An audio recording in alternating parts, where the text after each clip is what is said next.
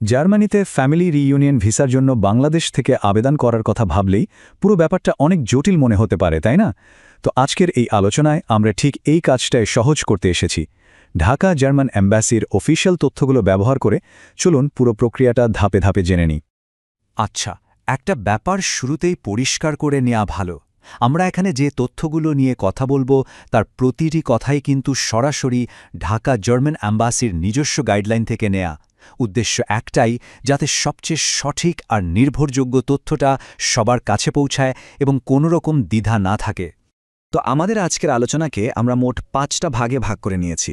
প্রথমে দেখব শুরুটা ঠিক কিভাবে করতে হবে, তারপর কথা বলবো অ্যাম্বাসির অ্যাপয়েন্টমেন্ট নিয়ে, এরপরে আসবে সবচেয়ে জরুরি অংশটা, কি ডকুমেন্ট লাগবে তার পুরো তালিকা, আর জানব পুরো প্রক্রিয়ার খরচ আর সময় কেমন লাগতে পারে। সবশেষে থাকবে কিছু ছোট কিন্তু ভীষণ জরুরি বিষয়। তাহলে চলুন প্রথম পর্ব দিয়ে শুরু করা যাক, মানে একদম গোড়ার কথা। যে কোনো আবেদনকারীর জন্য এটাই হলো প্রথম ধাপ। আর এখানেই কিন্তু সম্প্রতি বেশ বড় একটা পরিবর্তন এসেছে, যা না জানলে কিন্তু সামনে এগোনোই যাবে না। দেখুন, আবেদন প্রক্রিয়ায় সবচেয়ে বড় আর গুরুত্বপূর্ণ যে পরিবর্তনটা হয়েছে সেটা হলো এটাই। আগে একটা ওয়েটিং লিস্ট সিস্টেম ছিল, যেটা এখন কিন্তু পুরোপুরি বন্ধ। এখন থেকে সব নতুন আবেদন, নতুন রেজিস্ট্রেশন সবকিছুই করতে হবে শুধুমাত্র অনলাইন কনসুলার সার্ভিসেস পোর্টালের মাধ্যমে। সোজা কথায় পুরনো পদ্ধতিতে আর এগোনোর কোনো সুযোগই নেই। আচ্ছা, আমাদের পরের পর্বটা হলো অ্যাপয়েন্টমেন্ট। অনলাইন রেজিস্ট্রেশন শেষ হলে দূতাবাসে সশরীরে যাওয়ার জন্য একটা তারিখ দেওয়া হবে। এই অ্যাপয়েন্টমেন্টের দিনটার জন্য কিন্তু খুব ভালোভাবে প্রস্তুতি নেওয়া জরুরি, কারণ এখানে বেশ কিছু কড়া নিয়মকানুন মেনে চলতে হয়। এই নিয়মগুলো একটু খেয়াল করুন। প্রথমত, সময়ানুবর্তিতা। এটা বাধ্যতামূলক, মানে ঠিক সময়ে পৌঁছাতেই হবে। নির্ধারিত সময়ের চেয়ে যদি 15 মিনিটের বেশি দেরি হয়ে যায় তাহলে কিন্তু অ্যাপয়েন্টমেন্ট বাতিল, আবার নতুন করে সব শুরু করতে হবে। দ্বিতীয়ত, সব ডকুমেন্ট যদি একবারে সম্পূর্ণ আর গোছানো না থাকে তাহলে আবেদনপত্র গ্রহণই করা হবে না। আর সবশেষে, ফ্যামিলি রিইউনিয়ন ভিসার আবেদন যখন চলছে তখন একই সাথে কিন্তু সেনজেন ভিসার জন্য আবেদন করা যাবে না।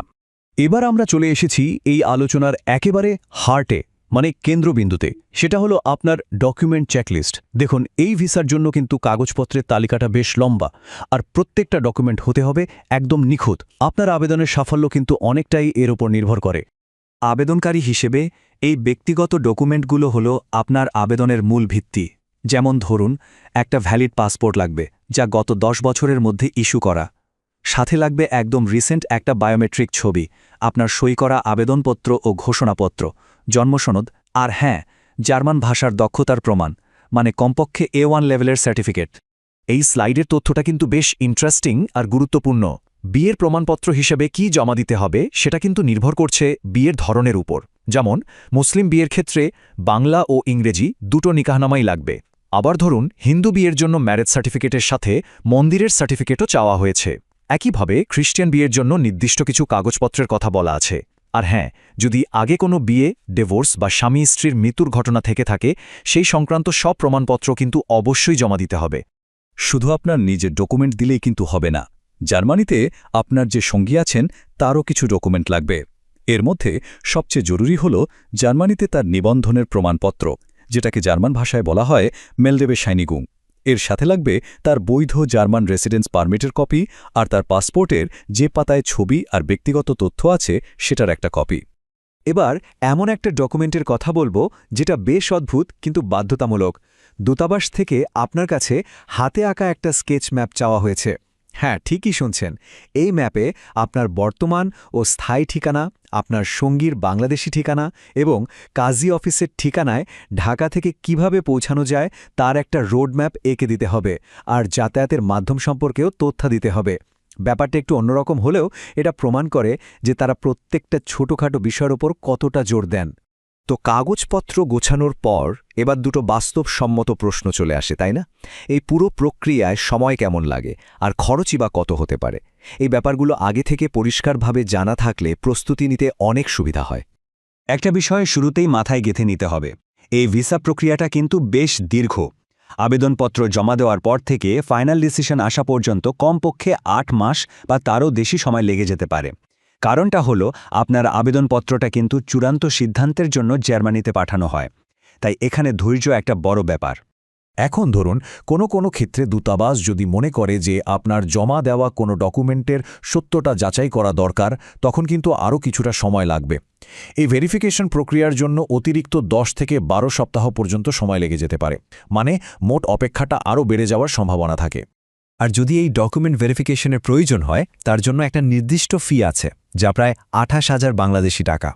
আর একটা খুব গুরুত্বপূর্ণ বিষয় হলো, ভিসা ফিয়ের মতোই এই টাকাটাও কিন্তু অফেরতযোগ্য। তার মানে আপনার আবেদনের ফলাফল যাই হোক না কেন, এই টাকাটা আর ফেরত পাওয়া যাবে না।